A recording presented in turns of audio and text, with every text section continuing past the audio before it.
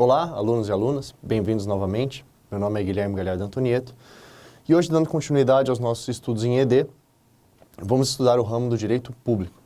Hoje nós vamos aqui em nossa aula, somado aos materiais complementares que vocês têm acesso, conversar um pouco sobre os principais pontos relevantes relativos ao direito público, que é um instrumento de organização do Estado como um todo.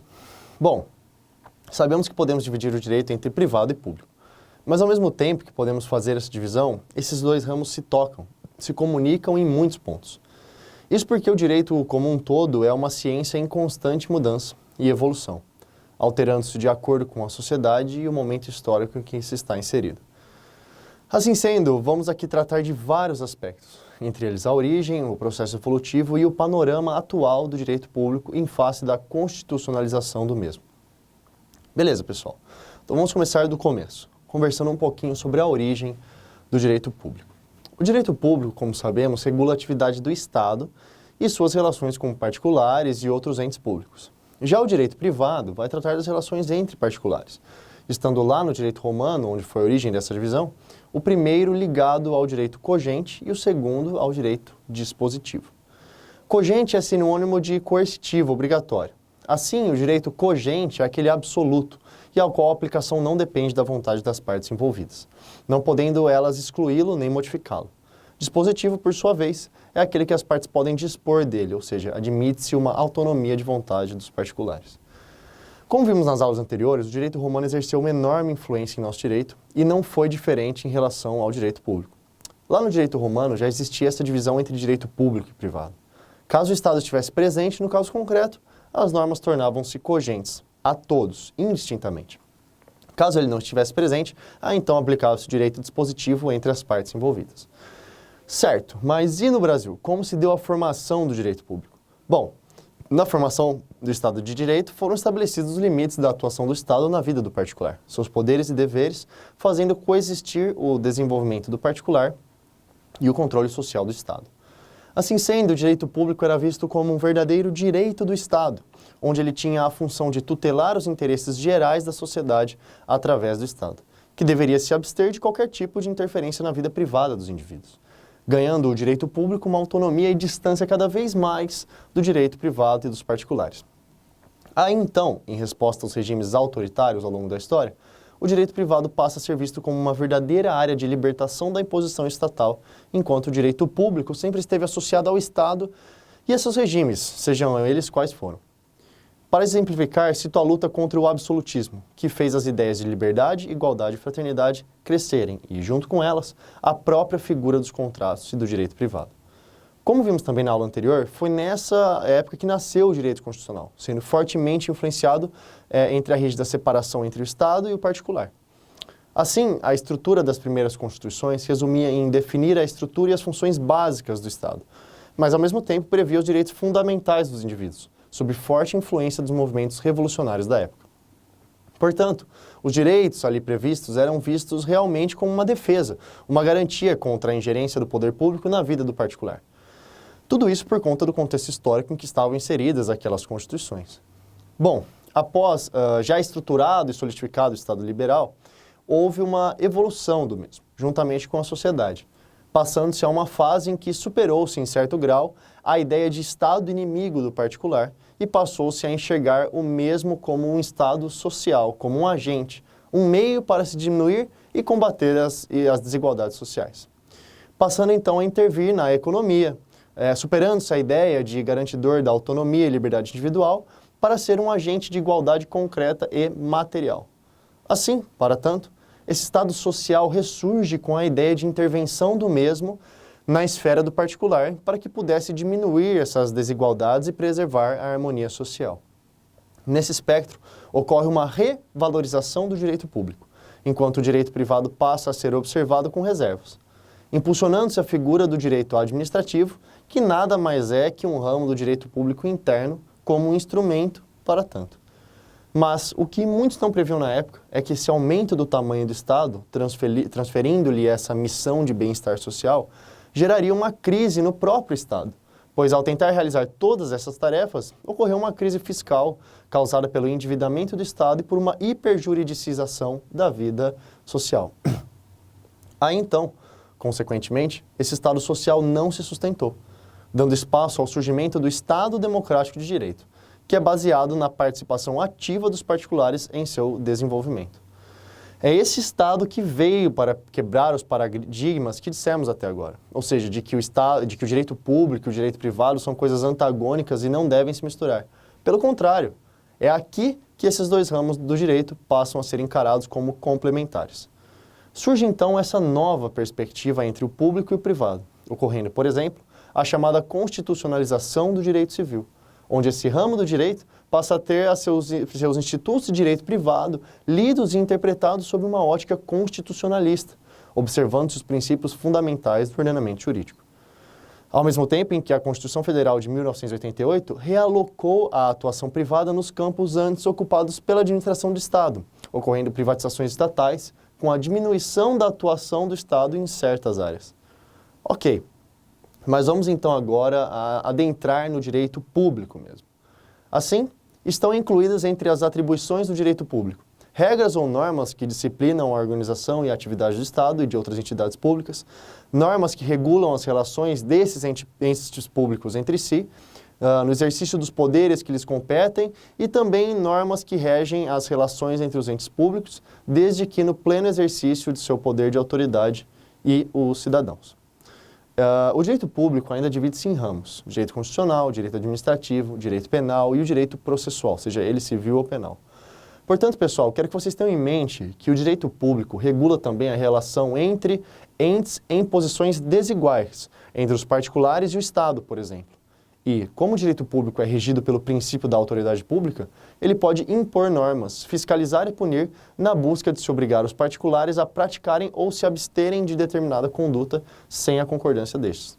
Assim, o direito público está intrinsecamente ligado ao princípio da legalidade estrita, somente podendo o Estado praticar atos previamente previstos na legislação.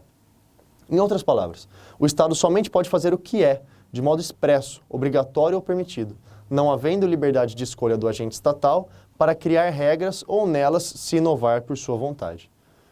Portanto, os atos estatais serão todos disciplinados por lei, desde a sua criação, a forma, o procedimento, as consequências. Então, o princípio ligado lá no artigo 37 da Constituição Federal, dizendo que a administração pública, direta e indireta, de qualquer dos poderes da União, dos Estados, do Distrito Federal e dos municípios, obedecerá aos princípios da legalidade, impessoalidade, moralidade, publicidade e eficiência. E também ao seguinte, e aí então passa a fazer outras previsões. Bom, já então que o direito público trata dessa relação do Estado com os particulares, entre outros temas, bem como se conclui dos princípios elencados no artigo 37 que acabamos de ver, o direito público tem como guia a chamada teoria do interesse público, devendo aquele ser instrumento para se efetivar esse. Celso Antônio Bandeira de Mello nos ensina em seu livro de Direito Administrativo que a estruturação do regime jurídico-administrativo se concentra nos princípios constitucionais da supremacia do interesse público sobre o particular e a indisponibilidade do interesse público pela administração. Ainda, conforme parte da doutrina, podemos dividir o interesse público em primário e secundário. O primário refere-se à busca da administração pela satisfação dos interesses da coletividade, enquanto o segundo, muito bem definido por Marcelo Alexandrino em sua obra, está ligado aos direitos meramente patrimoniais, em que o Estado busca aumentar sua riqueza, ampliando receitas ou evitando gastos. Também são mencionados como manifestação de interesses secundários os atos internos de gestão administrativa, ou seja, as atividades meio da administração que existem para fortalecê-la como organismo, mas que só se justificam se forem instrumentos para que esse organismo atue em prol dos interesses primários. Por fim, em caso de choque entre os interesses públicos primários e secundários, se faz necessária a coexistência de instrumentos aptos a manterem a ordem entre a atividade administrativa e a manutenção dos interesses públicos primários. Hoje em dia, inclusive, pessoal, foi-se superada aquela ideia de que a natureza da pessoa envolvida é o que define o direito a ser utilizado. Ou seja, o interesse público não é somente aquele cujo titular é a pessoa pública. Isso porque, em certo ponto, o interesse público não é a simples soma, mas o conjunto dos interesses pessoais dos indivíduos, considerados em sua qualidade como membros de uma sociedade. Assim sendo, a Constituição Federal de 88 previu lá no seu artigo 1º que os fundamentos do Estado Democrático de Direito brasileiro, entre outros, seriam o da soberania e a dignidade da pessoa humana. Portanto, a administração pública pauta sua atuação protegendo o interesse público na sua essência, mas, ao mesmo tempo, reconhecendo-se o interesse privado, consolidando assim o que chamamos de Estado democrático de direito. Eu vou dar para vocês um exemplo recente sobre o embate do interesse público versus interesse particular. O interesse coletivo pode justificar o julgamento do mérito de um recurso especial mesmo após o pedido de desistência apresentado pela parte, já que é papel do Superior Tribunal de Justiça, o STJ, uniformizar a legislação infraconstitucional e fixar teses que servirão de referência para instâncias ordinárias em todo o país. Foi com esse entendimento que a terceira turma do STJ rejeitou o pedido de desistência formulado por uma empresa chamada Amil e prosseguiu no julgamento de mérito de um recurso que questionava a obrigação do plano de saúde de custear um tratamento de câncer com medicamento off-label, conforme determinado pelo acórdão recorrido. A relatora do caso, a ministra Nancy Andrighi, lembrou que, de acordo com o artigo 998 do Código de Processo Civil de 2015, a parte tem o direito a qualquer tempo de desistir do recurso, ou seja, aqui temos um interesse privado, certo? Disse, porém, que tal comando legislativo não pode ser interpretado de forma isolada, atendo-se apenas à sua literalidade e ignorando o contexto em que se está inserido. A ministra destacou que o STJ foi criado na Constituição de 88 para fixar teses de direito que servirão de referência para as instâncias ordinárias de todo o país. A partir daí, infere-se que o julgamento dos recursos submetidos ao STJ ultrapassa o interesse individual das partes envolvidas, alcançando toda a coletividade para a qual suas decisões irradiam efeitos. Segundo a magistrada, o novo CPC já não impede a análise do mérito no caso de recursos repetitivos, mesmo após a desistência. E tal premissa deve ser válida de forma indistinta para o julgamento de todos os recursos especiais, cujo resultado sempre abrigará intrinsecamente o interesse coletivo, ainda que aqueles sujeitos ao procedimento dos repetitivos possam ter em maior proporção. Assim, chancelar a desistência sem levar em conta todos os contornos concretos em que é formulada, segundo a ministra, seria uma forma de permitir a manipulação da jurisprudência do STJ. Segundo a ministra, estar-se-ia chancelando uma prática extremamente perigosa e perniciosa, conferindo à parte o poder de determinar ou influenciar arbitrariamente a atividade jurisdicional que cumpre o dever constitucional do STJ, podendo ser caracterizado como verdadeiro atentado à dignidade da justiça. O risco de manipulação, de acordo com a relatora, é maior nos casos de grandes litigantes, réus em centenas de processos. Para Nancy Andrighi, é direito de desistir do processo, mas, verificada a existência de interesse público, o relator pode, mediante decisão fundamentada, promover o julgamento do recurso para possibilitar a apreciação da questão de direito. No caso sob análise da terceira turma, a relatora destacou o incontestável interesse coletivo que envolve a controvérsia, tendo visto o número de pessoas beneficiárias de planos de saúde e a quantidade de processos em que se questiona o não fornecimento de medicação específica. Assim, pessoal, ficou bem claro nesse caso concreto o STJ decidindo por dar continuidade no julgamento de recurso, dando preferência ao interesse público que envolvia o caso, ao invés do direito do particular de se desistir desse mesmo recurso. Ok, mas como falamos anteriormente, não é mais correto se falar hoje em dia em uma estrita divisão entre o direito público e o privado. Isso porque podemos verificar hoje uma crescente intervenção estatal nos temas afeitos ao direito privado, defendendo parte da doutrina que hoje temos um verdadeiro direito misto, ou ainda um direito social ou direito semi-público. Porém, é bom frisar que essa ideia sofre intensas críticas doutrinárias das correntes mais conservadoras, não sendo, portanto, uma unanimidade, tá? Para aqueles que consideram a existência do direito misto, a doutrina define como seus ramos do direito do trabalho, o direito ambiental e o direito do consumidor. Mas por que ou de que forma tem ocorrido essa intervenção estatal? Bom, devido a todos os fatores históricos que já conversamos. Em determinado momento histórico, houve um crescimento da atuação privada, tornando-se necessária a utilização de institutos como a tutela dos interesses difusos e coletivos, refletindo em um novo conceito de atuação jurídica distinto da tradicional divisão dos ramos do direito. Portanto, existem, logicamente, aqueles que criticam essa tendência de publicização do direito, de setores anteriormente entregues à iniciativa privada exclusiva do direito privado. Dizem esses críticos que essa seria uma ingerência indevida do Estado em assuntos eminentemente privados e como uma restrição à liberdade do cidadão. Entretanto, existe outra corrente de quem vê com bons olhos essa ingerência, sendo vista como uma extensão da tutela protecionista do Estado aos interesses privados do mais fraco em relação ao mais forte, como ocorre, por exemplo, no direito consumidor e no direito ambiental. Perfeito, pessoal. Continuando então, vamos falar agora sobre os ramos do direito público. Primeiramente, ele pode ser dividido em direito público interno, ou seja, nacional, e direito público externo, internacional, que vai regular as relações entre Estados soberanos, sendo esse último composto pelo direito internacional público. Já o direito público interno é composto pelos seguintes ramos: direito constitucional, direito administrativo, direito financeiro, direito processual e direito penal.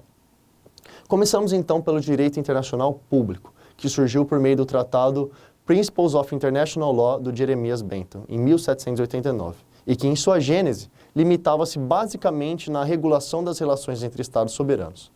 As fontes desse direito são tratados que possuem poder vinculante entre as partes signatárias, costumes internacionais, e aqui nós estamos falando mais sobre costumes relacionados ao comércio, leis uniformes, princípios, doutrina internacional e jurisprudência proveniente das cortes internacionais.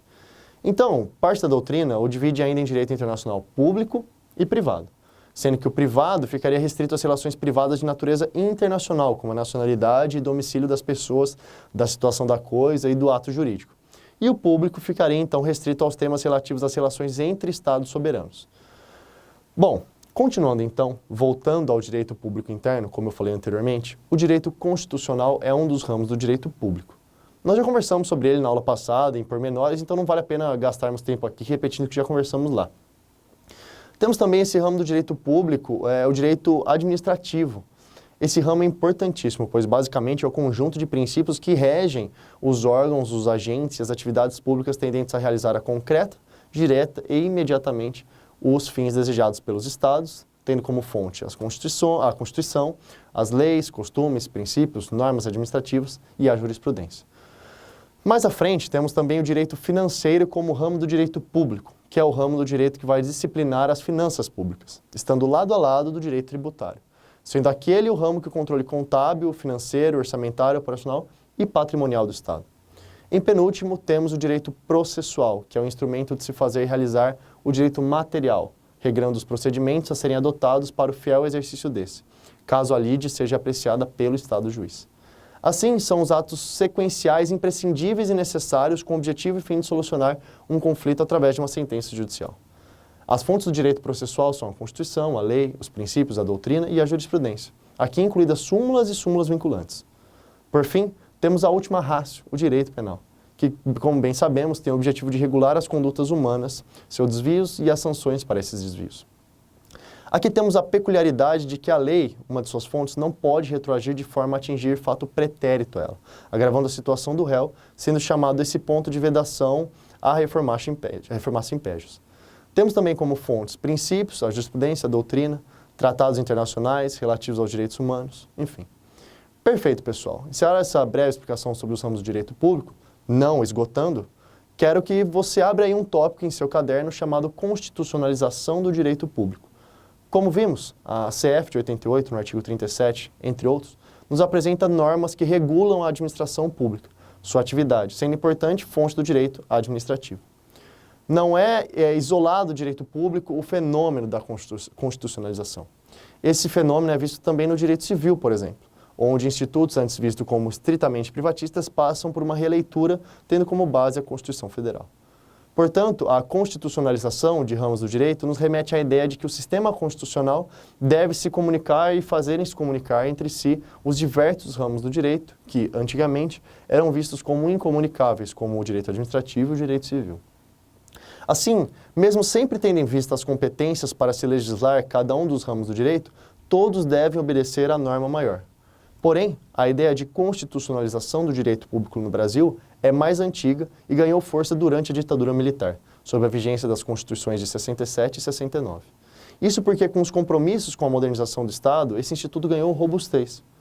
Geraldo Altaliba, inclusive, nessa época, dizia ao jurista tributarista, além do conhecimento fiscal, deveria dedicar-se a estudar a Constituição, espalhando essa ideia aos estudiosos do direito administrativo e demais ramos, propagando o conceito da constitucionalização do direito público. Assim, para finalizar, como eu falei agora há pouco, a constitucionalização não ocorreu e ocorre só com o direito público, mas ocorre também em ramos do direito privado, como o direito civil. Mas é lógico que seus efeitos são diferentes. O Estado ainda tem de respeitar o âmbito privado do particular. O que ocorre no direito civil são releituras de institutos à luz da Constituição Federal, enquanto no direito público significa a constitucionalização de seu mais significativo ramo, que é o direito administrativo, tendo a Constituição Federal posição de maior destaque na hierarquia das leis. Exerce sua supremacia sobre as demais, integrando todo o vasto ordenamento jurídico, sendo utilizado como fonte em busca da eficiente gestão do patrimônio público e do zelo pelas garantias do cidadão. Por hoje é só, pessoal. Um grande abraço, até a próxima. Tchau.